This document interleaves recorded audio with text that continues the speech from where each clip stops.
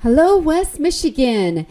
Welcome to the Grand Castle located in the city of Grandville.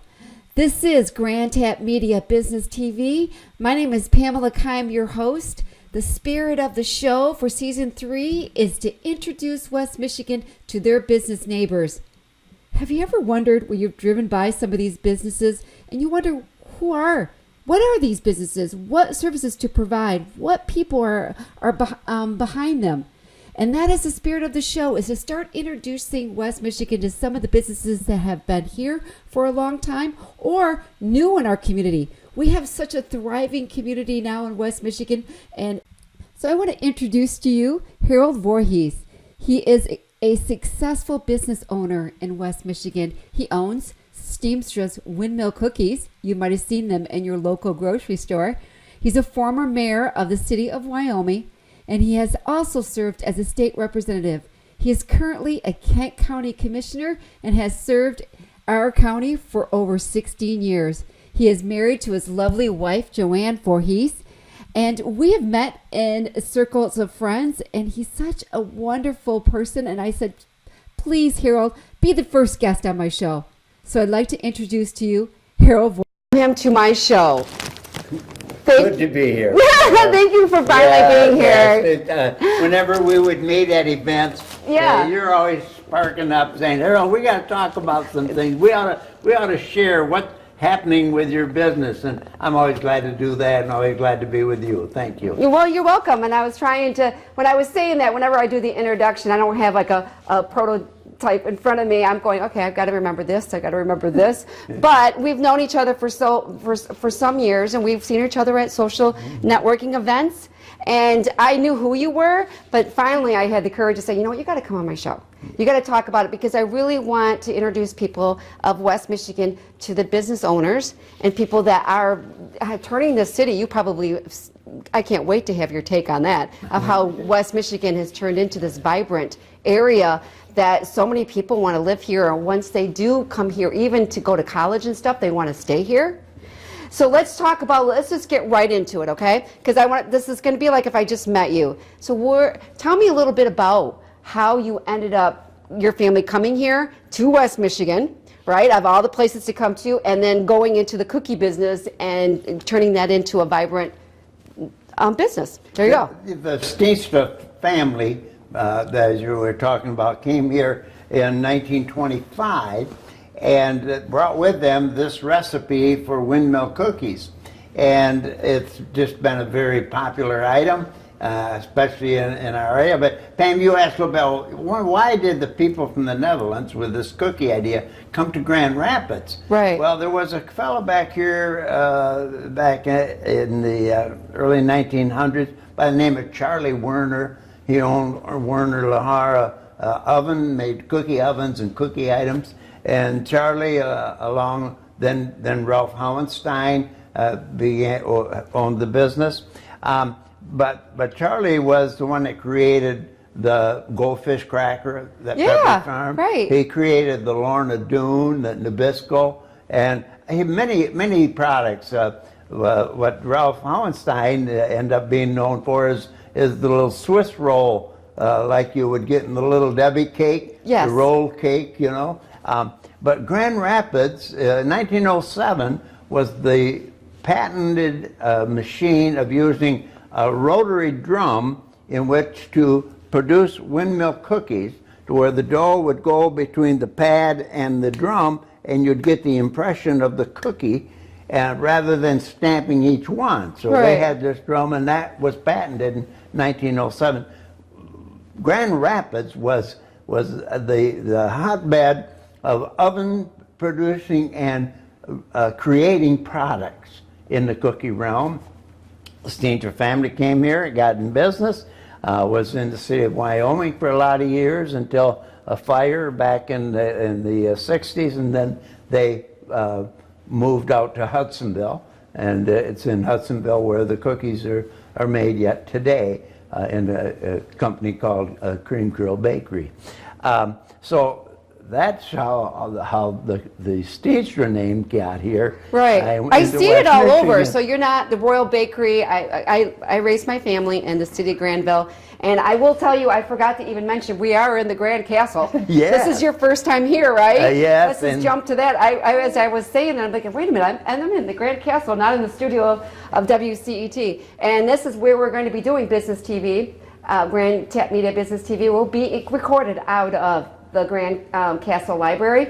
But anyways, I'm so glad you're over here because you are a relative somewhere down the road of Roger Lucas who put this together, right? We both married into the Land family. So, but we'll go back to the city of Grandville where I raised my kids. There is the Royal Steenstra Bakery. Yeah, that is I'm not sure back history, cousins or what. Right. Yeah, they sell Steenstra cookies at the bakery, and so does Marges Donuts. Yeah, Marge one day said to me, Harold, I should be selling some of them cookies. So, yeah, she does. We're getting distribution. We've got the Michigan market very strong. We're starting to get some product into the Publix markets down in Florida and around Piggly Wiggly out west, getting a little more national attention. But it's a unique product. I have people, I ship cookies down to Texas for holidays, FedEx 10 or 12 cases, and people like this unique flavor. It is a very unique product. So my father started a food distributing business in Grand Rapids up on Grandville Avenue across the street from a bakery called Heckman. And the Heckmans were cookie makers here for a lot of years, and that Heckman became now Keebler is the company. But my dad was in the distributing business, not the baking and manufacture of cookie products, but he was in distributing bakery products. His truck would go down to Detroit, go to Farm Crest, and maybe to Hostess and some of the other bakery manufacturers there, Acme Pie, Wagner Pie. He'd bring that product to Grand Rapids and then had a distribution route to the grocery stores of West Michigan. And that was in '48. Had the business there in Granville. Started originally in the city of Wyoming, but then located up on Granville Avenue. And that went along, and then in the '70s, Dad retired, and my brother and I took over the business. How long was that? How long were you part of that? So my brother and I had it from the early '70s to the early '80s, when we had owned a place down on Big Pine Key together, Brother Bud and I, and he went down there for recovering from surgery on his knees. He had orthoscope. And he came back and he said, Harold, I'm going to do that again next year. But I said, Brother Bud, I'm not going to send you a paycheck every other week next year. So now that you took the helm, was it, I mean, how involved were you before your dad actually, here you go? Well, yeah, back when one time a salesman didn't show up. And so I knew how to make out an invoice we were selling Koplinker's bread and that product. So my mother had to drive the truck because I was only 14. And so Mother drove the truck, and I knew how to go in the store and find out how many health bread, how many white bread, what they needed, how to make out the invoice. And so I've been in the business all the time. And so then my brother and I had it for a while, so then he left, and then Joanne and I did the business full time. Did that cause, when you're dealing with family in the business, how'd you guys get along? Oh. How's that? You know what I mean? Because it's tough. Well, it's tough.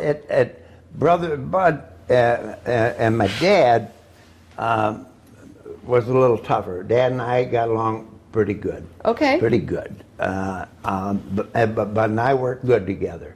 We worked good, but then he decided in the early '80s he didn't want any more snow, and he took over. I don't blame him there. So what it ended up is we made some financial trades that he took my interest in the Florida property, and then then I bought him out over the. And how long did you do that before you Oh, jumped into it? that lasted, I think, about 10 years. Now what? Payoff. Okay, so then you were running So- that. So how many employees are we talking that you at Well, that so point? we had at one of probably the higher points, we had like 40 people. Okay. That we, the consumer, that's the marketplace is the marketplace. And Right, right. It's so exciting. Well, these nice moms and housewives, they would go to the grocery store to buy a pie. Well, the pie was made in Detroit about 3-4 days ago. Well, then came in-store bakeries. Well, every mom would rather have a pie baked 3 hours ago instead of 3 days ago. Exactly. And so we got out of the pastry business primarily and went to cookies and snacks. So in 1960, somewhere mid-60s, we bought the Pepperidge Farm franchise for West Michigan.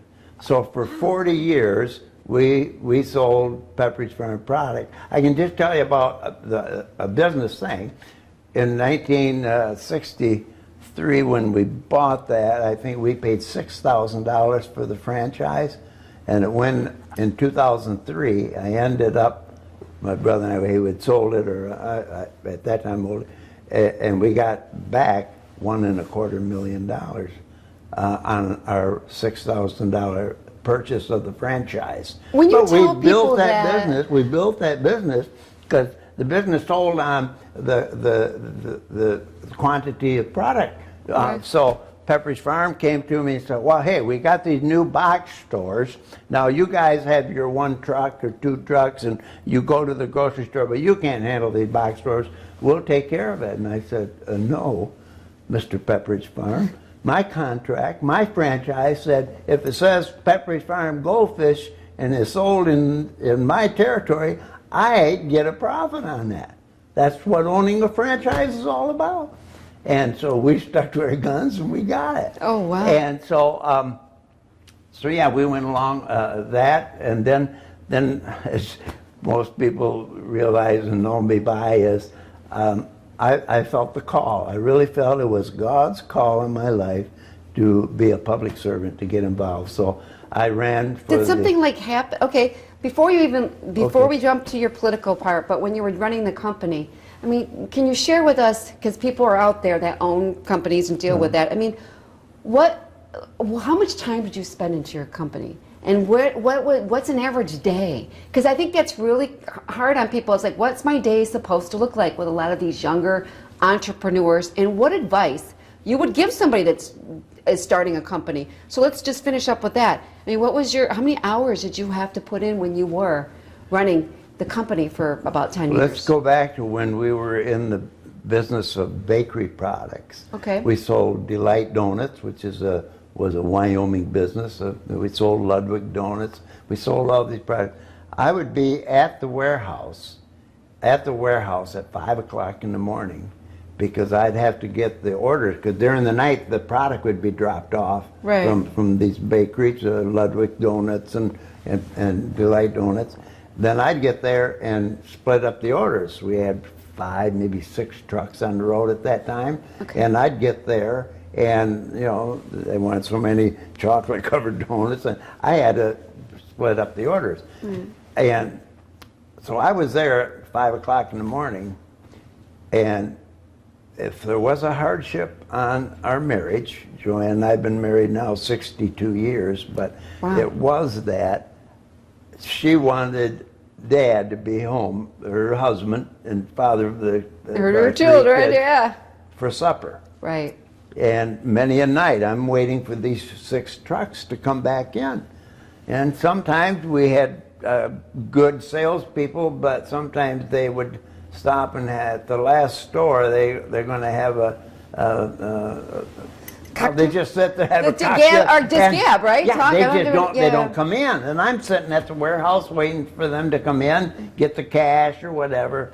And so it was long hours. I mean, I used to say, I thought when I would get to where I would only work half days, I didn't mean 12 hours a day. Oh, I wow. know that's, but my dad said, well, that's a half day if you're only working Right, 12 hours. Right? exactly.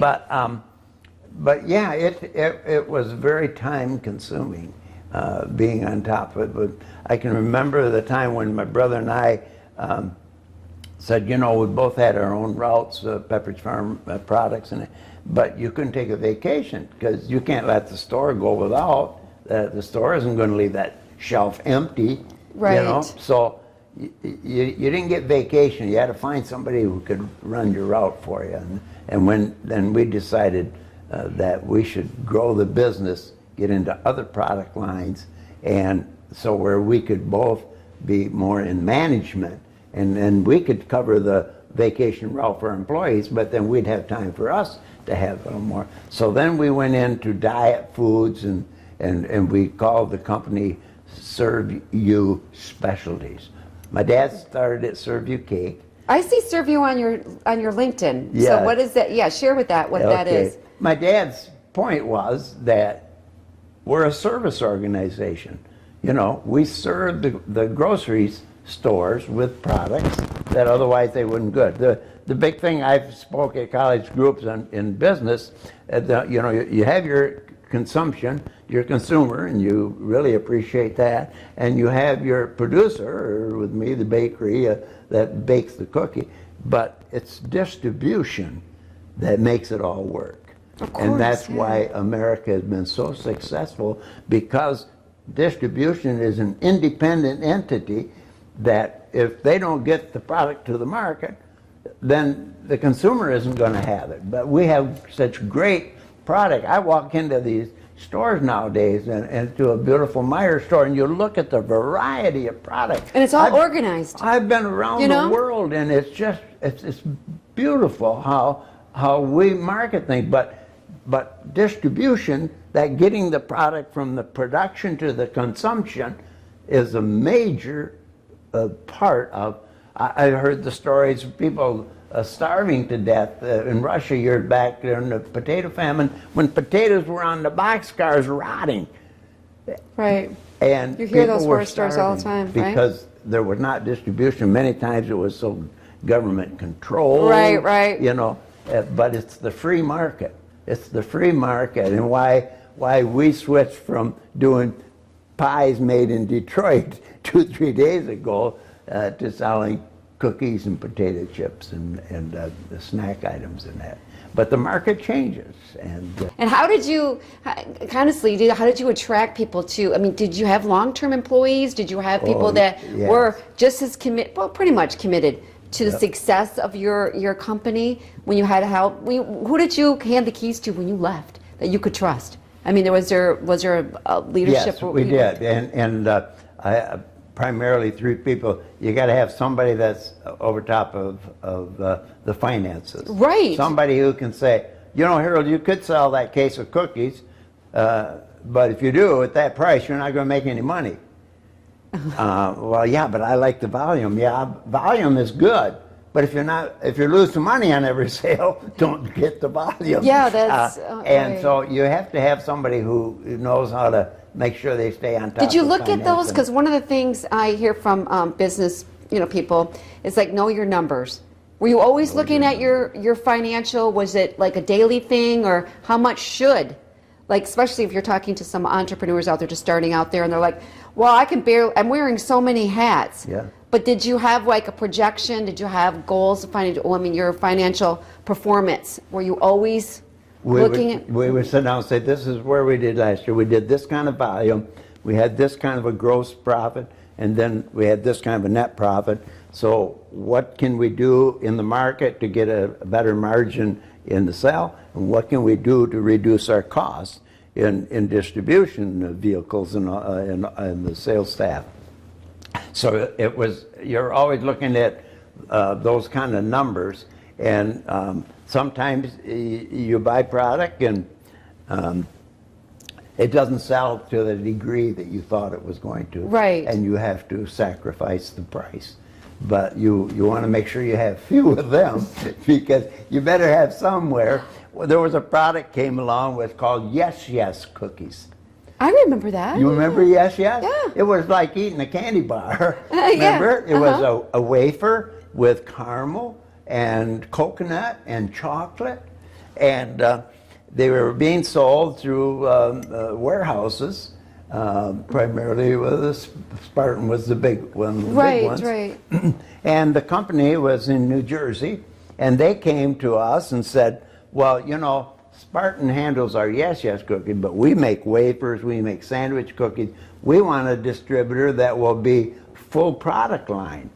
And so what they did is they took it away from the warehouse distribution and put it in a distributor that would sell more products.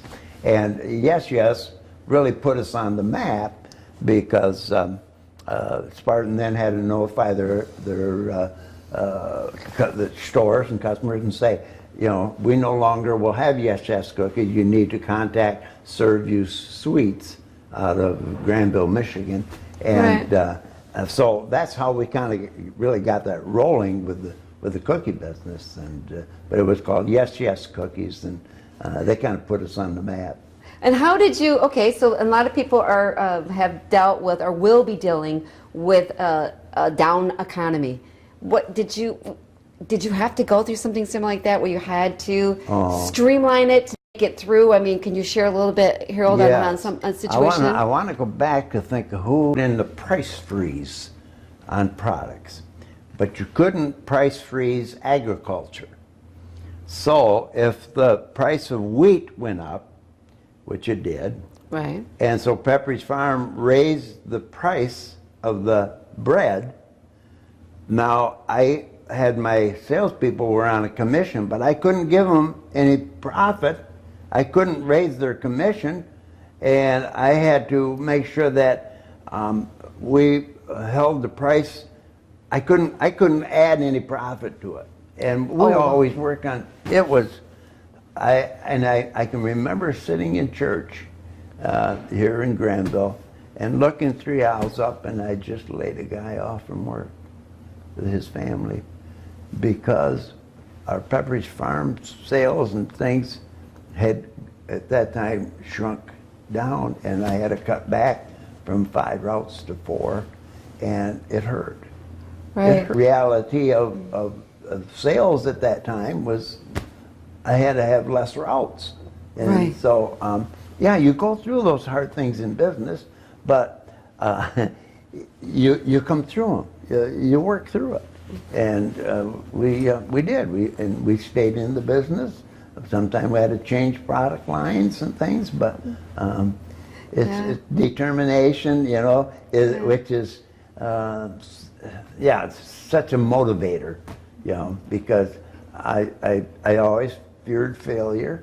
That was always. You did? You have those thoughts too? Did you have those? Yeah. Well, you know, because I started Grand Tap Media and going, I feel like, am I alone in my thoughts? Sometimes I'm feeling, is this the right? Because this is what I deal with a lot, Harold, is like I'm doing actions. Is this action going to be the best for my time? I'm delegating this.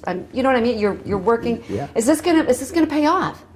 And I know you can't guarantee it, but if you could, you're just enduring when you're first starting out, and it's like, okay, I'm putting my time to this, because you really have to, you have to say no to certain things and say this is what it's going to be, and to start seeing, okay, am I going to start seeing this pay off, this success, or, you know what, did you have to go through that too? Yes, yeah, many times that, you know, I remember when I bought my first truck, you know, it's an investment, and I didn't get a paycheck. I got a percentage of what I sold, right? You know? And so yeah, you put yourself under the gun, and you don't want to fail, so you stay out there a little late. On Fridays, Joanne knew when I got home from work, when I had my own truck on the road, that we'd have pizza in the living room on the floor, and because Dad's going to be late on Friday, I, in my grocery stores, would make another swing back to make sure they were filled up and faced up, so that I'd get more sales for the weekend. Sure. You know, and so yeah, you sacrifice. You're sacrificing it's a cost. that, right? And so you did very well in business, and then what? You turn around and say, you know what, I'm going into politics. Well, So share with us that story where you just woke up and kind of told Joanne, hey, I'm going to run for office. What? Friend Ron Cook Funeral Home, invited me to join Granville Rotary Club. Okay. And so I joined the Rotary Club, which is the motto, service above self. And so got involved, became one of the officers of the, out of the Rotary Club, officers of the local senior housing project over on Canal and 44th Street. But got a little taste of that. And finally somebody, and I think maybe a little bit of a midlife crisis. You know, Reinventing yourself, right? You got a successful business. I've been in this selling products, bakery products since I was 14. Right. You know, and now I'm 50. Maybe I want to, and I really felt it was a call of the Lord.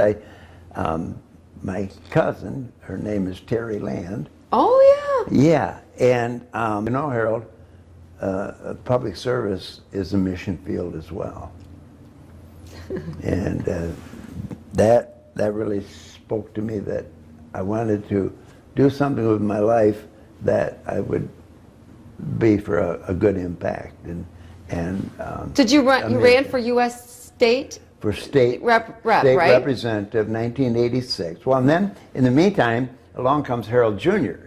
And he gets through college, graduates with a business degree from Grand Valley, and he's kind of eager to do some of the things his way, you know.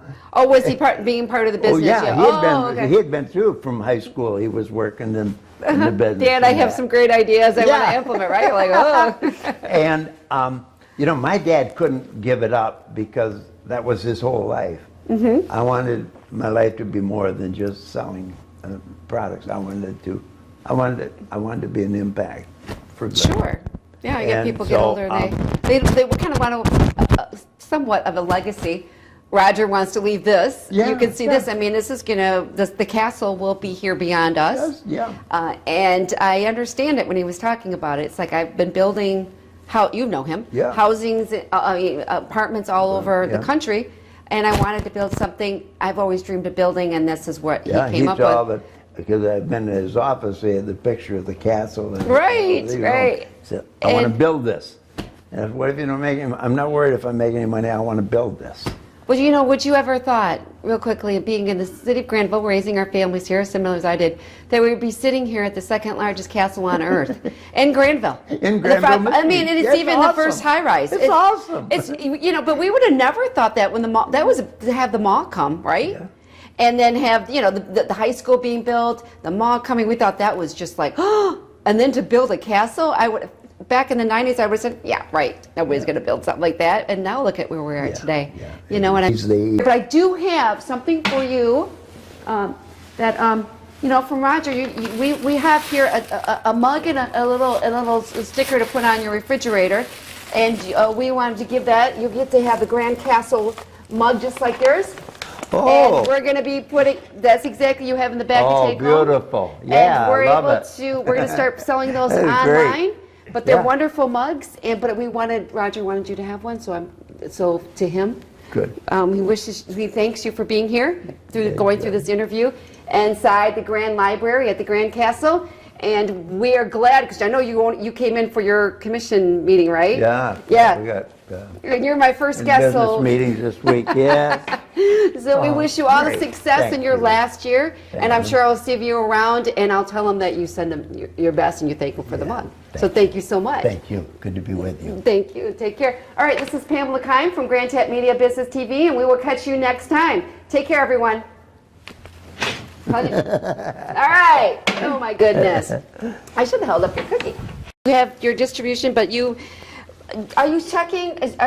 Are younger generations being introduced to that, or what? Yeah, you that know, web? and kids. You know, of course, I have a good testing ground with 19 grandkids and 18 great-grandkids, but they love great-grandpa's cookies. Exactly. Well, I'm just saying, the older I get, the more I appreciate the simple cookie as more of the, with too much and sugar, with too this- much, yeah. junk in it. One of my biggest fans is Peter Sekia. You're kidding. Oh, Really? he loves them. They're great coffee and malt dippers. Yeah, and Oh, you know, my it's not gosh. a lot of sugar. It's, in fact, if you're a Did you hear vegan, that? There's not a lot of sugar in these. These are great cookies with coffee. And like I say, the older I get, the more I appreciate the simple cookie. This gal's Right?